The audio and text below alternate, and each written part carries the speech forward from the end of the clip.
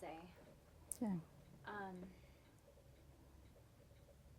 I mean, it's incredible to see how much passion there is behind finding your son. Were there any more searches after that? The first night, they said that they were going to, at 3 o'clock, call it off. Yeah. And I'm like, for the night. And I'm like, no, what? He's out there alone. He's scared. It's cold. And I had a girlfriend came up and she goes, Melody, there's a group of us and we're not quitting. He can tell us to quit, but he can't make us. And we're going to look through the night. Thank you, Cheryl. I was so happy at that point. And that night, Rick said, we need to go back to the apartment. You need to get away from this house. So we went up to the apartment, and I went to his room and just laid on his bed and smelled it and cried. And Rick finally came and got me. And so I went to bed, and 6 o'clock in the morning, somebody was at the door. I'm like, oh my God. And Rick said, is this sheriff? I'm like, oh my God, they found him. No, they wanted a description of him. And that is the way it's been from then on till now. Yeah. They constantly call me. They want, and the last time KBI officer called me was, it would be last February. Oh, really? Wow. Yeah, on the 18th, the day I lost him, no less. Yeah. He calls me and he says, now, don't get your hopes up because I'm calling. I said, you don't understand. Every time you call, my heart goes into here. I can't, I'm a mother, I'm gonna react. You guys just don't understand what it's like. And well, of course it was just some administrative thing that he wanted. And so it's been rough, but I went to some counseling, and I had an aunt that would talk to me late at night, every night. And I was 9 months pregnant. Amanda saved my life. I mean, I had to get straight because I had to take care of her. And I sure didn't want anybody else to. I didn't want to lose that one too. So I pulled myself through. I'm kind of private about, I don't like to cry in front of other people. And so I keep a lot of it inside. And then when I come home, I can let it loose. And my husband now is Roger, and he is so good to me. And he says, I said, I'm sorry. And he goes, Melody, you're the strongest person I know. It doesn't feel too strong inside. I'm sorry. His birthday is October 30th. And it's kind of hard. That's it. Was Jeremy your first child? Yeah. And then you had Amanda. Mm-hmm. And you have a son. I have the losing Jeremy ended our marriage. When Amanda was 3, no, she was almost 5.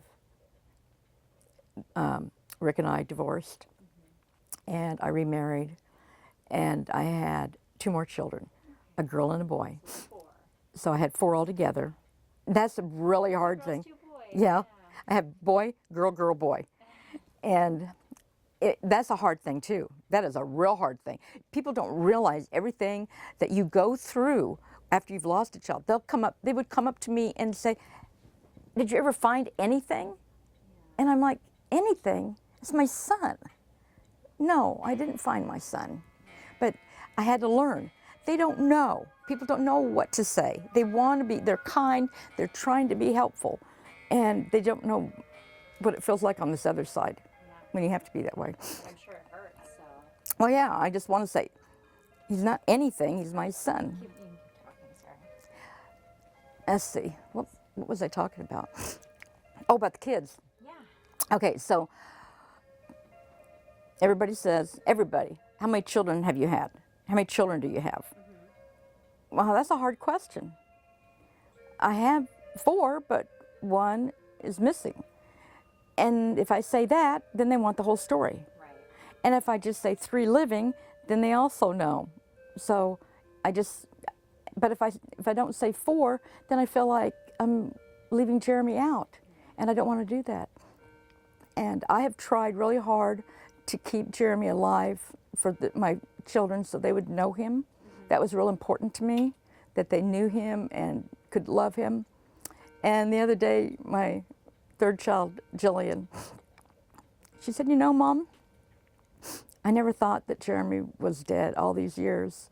You just make it seem like he's in France or somewhere. So I've done my job. They know him. And that's the thing that I wanted most. And they're all grown up now. I have 3 great kids that become adults, and they're really I'm proud of all of them. You have grandkids? I have 7 grandkids. That's awesome. Mm-hmm. And that's it. I don't know what else to tell you. Well, you know, like seeing like the National Center for Missing and Exploited Children, they share that age progression. Oh yeah, yeah, yeah. I mean, to have people continue to, you know, or even the KBI calling you last year, Mm-hmm. just to This year, update, this or February. this year to update their files. I mean, what does that mean to you to have people still working this case so long after? I want it, you know. That's why I went ahead and did what I did. You know, I'm cooperative with them because I want, I know, I mean, I hope that it's not, but I'm pretty sure that it would just be a bone that they would find at this point. But I want it before I die. I want closure. Yeah, I'm handling the closure, but I would really like to have it. And so if they find something, that would just be wonderful. Anyway, so KBI never contacted me again until 13 years after I lost Jeremy. Really? From the time of they got what he had on. What did they ask you? When 13 years later,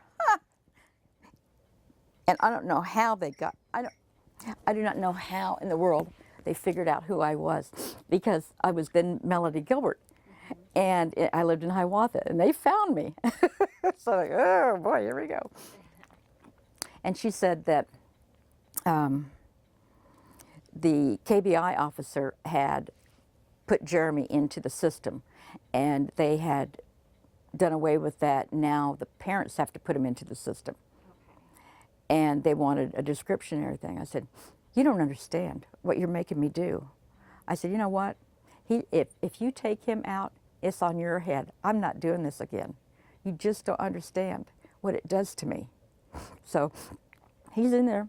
If you want to take him out, bye. And I thought he was out. I really did. And I didn't hear anything until I moved back up here. That was in 2001. And the KBI agent came, and I didn't even, he lived here in Hiawatha.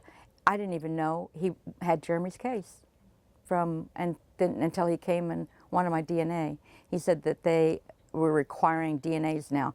I said, you mean he's still active? And he goes, yeah. I'm like, oh my gosh, that's so good. Because I thought the woman probably took him out. And I hadn't heard anything. Well, so now it's been really active. They contacted me in 2015 and said, we would like to do an age progression picture, and we need your permission. And I said, well, yeah, I guess so. And I said, why, do some parents not let you? Oh yeah, some of them won't let me. I said, I can handle it, I thought. When I got the picture. Seeing that picture, Yeah. What was that like? It was, well, when I first saw it, it said, open this up with a loved one next to you.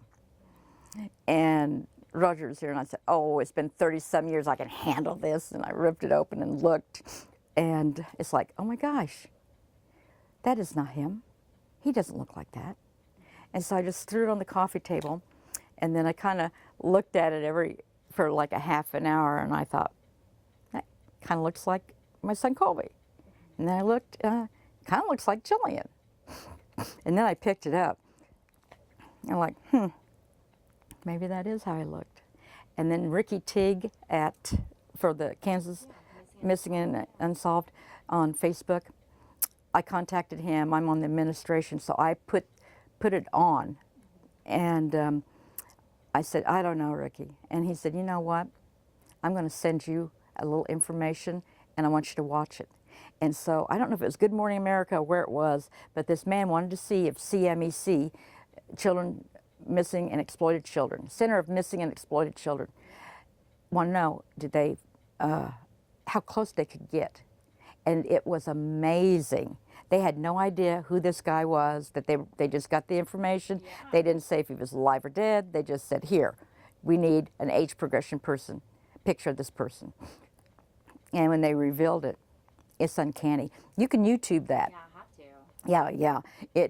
And Ricky really saved me, because after that, then I know.